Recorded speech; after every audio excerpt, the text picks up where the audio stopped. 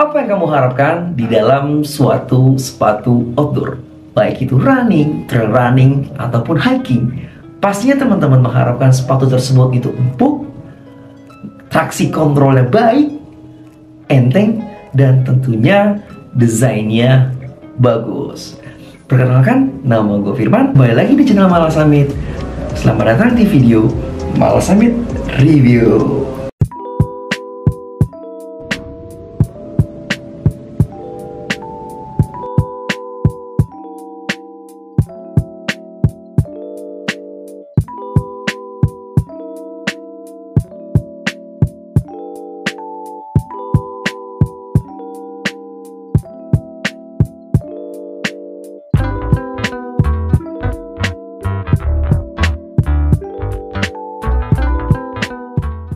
Oke, di video ini teman-teman pasti tahu dong gue mau review apa. Sesuai dengan judul atau thumbnail, gue bakal review sepatu Hoka One One Speedgoat 4. Sepatu yang mungkin populer di kalangan runner yang ada di Indonesia maupun di luar negeri. Saking populernya, setiap gue naik gunung, pasti gue nemuin sepatu ini, baik digunakan oleh trail runners ataupun pendaki. Gitu teman-teman. Kenapa sepatu Hoka Speedgoat 4 ini bisa populer ya? Kenapa? Dan kenapa gue juga beli ini? Yang pertama, gue naksir banget sama desain. Ya, kita lihat desainnya teman-teman. Desainnya ini terlihat bulky. Ya memang bulky sih. Dia agak ngembang gitu ya. Agak berotot kalau orang tuh dia kayak keker gitu ya. Lihat ya, kalian bisa lihat nih. Midsole-nya memang terlihat besar ya, tinggi gitu midsole-nya. Itu alasan kenapa gue beli sepatu Hoka Speedgoat 4 ini, ya karena desainnya. Gue suka teman-teman ya, dan pilihan warnanya pun keren-keren, jadi nggak monoton ya, dia selalu dual tone gitu, warnanya selalu dual tone, bahkan tritone ya, itu teman-teman. Mungkin teman-teman melihat nih, ada logo kuning kecil ya di sini, itu adalah logo Vibram. Benar sekali teman-teman, Hoka Speedgoat 4 ini sudah menggunakan Mega Grip Vibram teman-teman. Nah, ini yang membuat traksinya cukup baik di medan pendakian teman-teman, karena sama-sama kita ketahui bahwa Mega Grip Vibram ini dikenal dengan gripnya yang bisa mencengkram medan dengan baik ya. Kalau teman-teman pegang rubbernya yang buatan Vibram ini, dia itu cenderung memang keras banget teman-teman ya. Nah, dan desain outsole dari sepatu Hoka Speedgoat 4 ini gue rasa cukup baik ya teman-teman ya. Dilihat dari polanya, dari mid ke depan itu alurnya atau polanya dia ke depan ya, dari mid ke belakang dia polanya ke belakang gitu teman-teman ya, agar bisa semakin ngegrip ke tanah. Namun yang perlu gua sayangkan ialah bahwa rubber yang digunakan atau Vibram yang digunakan di outsole sepatu ini tidak mengcover seluruh foamnya gitu teman-teman. Jadi cenderung rawan gitu teman-teman ya. Rawan banget ini foamnya, ketika teman-teman ada batu yang tajam, mungkin di bagian foam ini akan tertancap nih. Ya, ini sepatu udah gua pakai kemana aja gitu ya.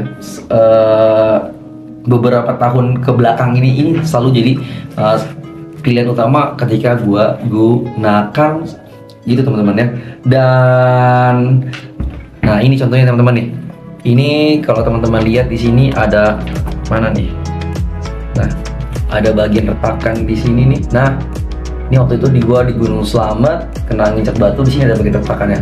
Itu karena bagian rubbernya, karetnya Vibram ini tidak mengcover seluruh busa atau foam di midsole sepatu ini teman-teman. Itu saja sih, itu kekurangan outsole menurut gue. Selalu aja ada kekurangan di sebuah produk, karena tidak ada ciptaan manusia yang sempurna kecuali ciptaan. Bener sekali teman-teman. Oke, beranjak dari outsole kita bahas ke midsole-nya ya. Hoka Speedgoat 4 ini terkenal dengan midsole-nya yang terbilang sangat empuk teman-teman ya. Dia sudah menggunakan EVA foam. Foamnya ini gue bisa bilang ini kayak sepatu running teman-teman. Ya kalau sepatu running itu di seri Hoka kan ada Hoka Bondi. Dia terkenal dengan cushioning yang empuk banget gitu, yang cushionnya empuk banget, cushionnya kerasa banget gitu. Di sini juga di Hoka Speedgoat 4 juga ini terbilang cukup, bukan cukup, bahkan empuk banget nih teman-teman. Selama gue pegang sepatu trail running, diantaranya ialah New Balance Hero 5, New Balance apa tuh, New Balance seri Nitrile, ya New Balance Nitrile, dan terakhir gue pegang Asics Gel Trabuco 10. Ini masih yang sangat empuk teman-teman. Nah, teman-teman bisa lihat di sini. Nah, dan patternnya, pola pun juga di sini ada bentuk kotak-kotak gitu ya ke dalam. Tapi ada kekurangan teman-teman. Nanti kita bahas di pertengahan video gitu teman-teman. Lanjut, kita bahas di uppernya, meshnya. Nah, ini menurut gua salah satu kekurangan dari Hoka ya, yang kerasa banget bagi gua pribadi ya. Pertama ialah uppernya, meshnya menurut gua terlalu rapet. Di bagian upper ini kekurangan dari Hoka ya, uppernya ini nih teman-teman bisa lihat. Nah, meshnya terlalu rapet ya, tidak terlalu breathable menurut gue pribadi, nggak terlalu breathable karena dia rapet, namun dia kaku teman-teman, kaku namun tetap fleksibel ya meshnya. Ya, teman-teman bisa lihat ini kerasa banget nih. Dia teksturnya kasar, tidak lembut, terus juga bolong-bolongnya juga rapat banget. Itu menyebabkan sirkulasi udara tidak terlalu baik di sepatu ini. Ya, gue kerap merasakan agak sedikit panas sih ya. Ya tadi karena memang meshnya ini tidak terlalu terbuka, rapat sekali. Itu kekurangannya. Toe protectnya gue rasa ini kekurangannya teman-teman nih. Karena memang kurang tebal ya, bahkan cenderung tipis ya. Kayak udah 3D overlay ditempel, udah gitu aja. Dan terus nyambung sampai ke bagian belakang, ke heel canter. Nah, di bagian heel canter ini terus nyambung desainnya, polanya, patternnya. Namun dan di bagian tengah ini tetap ada overlaysnya ya, agar tetap mencengkram kaki kalian kayak gini ya. Jadi mesh yang digunakan ditutup oleh overlays, banyak banget overlaysnya, pola-pola overlaysnya di sini. Oke, itu dia tadi uppernya. Lanjut di lacing sistemnya, ya standar aja sih kalau menurut gua lacing sistemnya. Kamu bisa lihat, dan juga talinya sudah flat, artinya lebih kencang gitu ya. Tapi lucunya nih, gue sering banget nih tali ini lepas gitu. Entah kenapa gue udah ikat beberapa kali, lepas lagi, ikat beberapa kali, lepas lagi. Apa cuma di gua aja ya? Kalau teman-teman gimana yang pernah pakai? Drop komen di bawah. Dan tidak lupa juga ada lubang tambahan atau runner's knot. Jangan lupa gunakan runner's knot ketika downhill teman-teman ya, untuk menjaga ankle kalian. Bagian tangnya dia terbilang cukup keras ya, karena paddingnya itu tipis banget di bagian tangnya ini ya. Dan juga ada tambahan lagi di sini overlays. Nah, dia tidak ada, bahkan kayak nggak ada padding gitu ya, cuman kayak nggak ada paddingnya gitu. Busanya tipis, sekalipun ada kayaknya tipis banget sih bagian tangnya kayak gini teman-teman. Namun dia tetap fleksibel sih ya, walaupun agak kaku tapi dia tetap fleksibel gitu teman-teman. Untuk bagian padding sebelah sini ya so-so lah ya, tidak terlalu empuk juga ya, karena ini sepatu trail running untuk bukan meredam sih, untuk meminimalisir berat dari sepatu ini ya. Dan untuk heel canternya bagian belakang ini yang overlaysnya ini, nah ini yang bagian kerasnya nih, yang di bagian atasnya ini, nah ini bagian yang fleksibelnya kayak gitu teman-teman. Itu untuk bagian upper sampai ke heel canter ya teman-teman. Jadi gue rasa heel canter ini cukup bisa menjaga tumit kalian untuk tetap stay tumit kalian di sini ya teman-teman, kayak gitu. Itu tuh bagian upper. Lalu untuk insole, gue rasa nggak ada masalah untuk insole. Ini nyaman digunakan, selaras dengan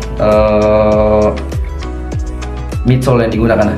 Kamu bisa lihat nih di insole-nya ini juga ada lubang-lubang untuk menjaga sirkulasi udara. Namun tetap aja balik lagi karena meshnya ini terlalu rapat, jadi gue rasa sepatu ini cukup gerak kayak gitu teman-teman.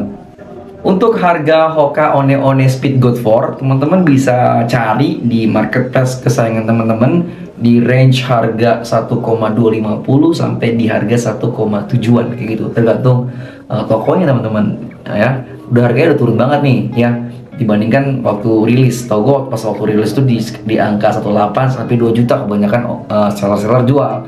Sekarang harganya udah drop banget sih ya, karena ini udah lumayan lama lah ya. Itu tahun berapa ya gue kurang tahu gitu teman-teman.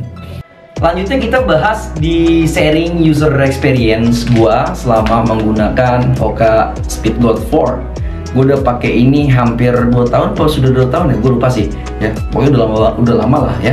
Dan udah beberapa kali gue pakai sepatu ini untuk nge-trail, untuk naik gunung ya, bisa dibilang ya hampir 10-an kali lah gue pakai sepatu ini untuk mendaki gunung dan trail running totalnya ya. Yang gue temuin satu, yang gue rasa sepatu ini empuk banget teman-teman, empuk gitu teman-teman ya. Itu untuk kelebihannya, dia empuk banget. Dan yang kedua ya Vibram lah ya. Vibram teman-teman udah tahu ya, ini mega grip, dia ngecengkram tanah banget, traksinya bagus ya. Jadi gue lari-larian juga pada saat waktu medan basah nge-strike ke tanah juga pede-pede aja selama pakai sepatu ini, karena memang ngegeri banget sih sepatunya ya. Outsole-nya tadi empuk, terus outsole-nya oke, desainnya keren, kece gitu. Namun sepengalaman gue gunakan sepatu ini, dia gue rasa kurang bisa menjaga kaki gue dengan baik sih ya.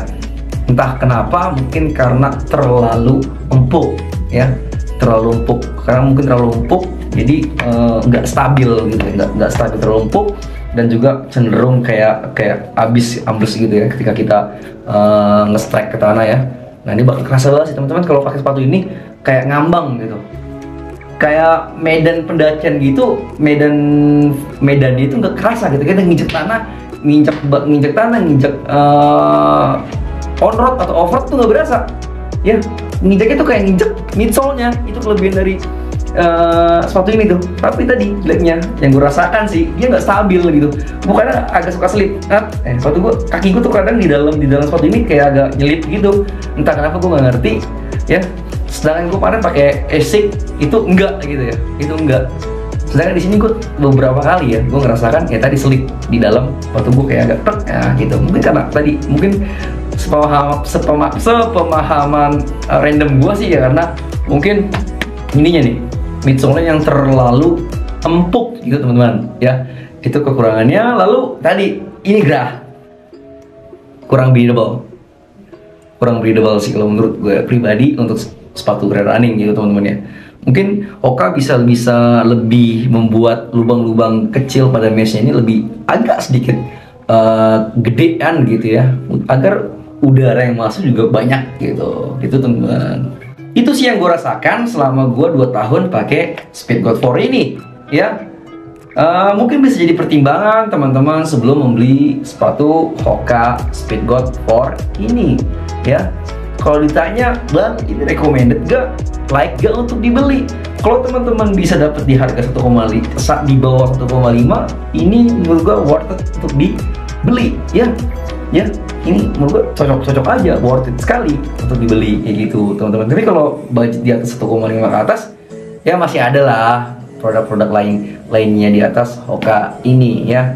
Tapi kalau teman-teman pengen buat sepatu yang empuk nih, pokoknya harus empuk, ya udah ambil ini, nggak ada pilihan lain untuk sepatu trail running. Mungkin video ini sampai di sini saja. Jika ada pertanyaan terkait dengan sepatu Hoka One Speedgoat 4 ini, silakan drop komen di bawah ya. Jangan lupa untuk klik tombol merah di bawah, klik subscribe, terus dukung channel Malas Amit ya, agar kami juga semakin semangat untuk membuat konten-konten yang mungkin informatif untuk teman-teman sekalian. Sekian dari gue Firman, terima kasih banyak telah menonton. Assalamualaikum warahmatullahi wabarakatuh. Salam Samit, bye bye.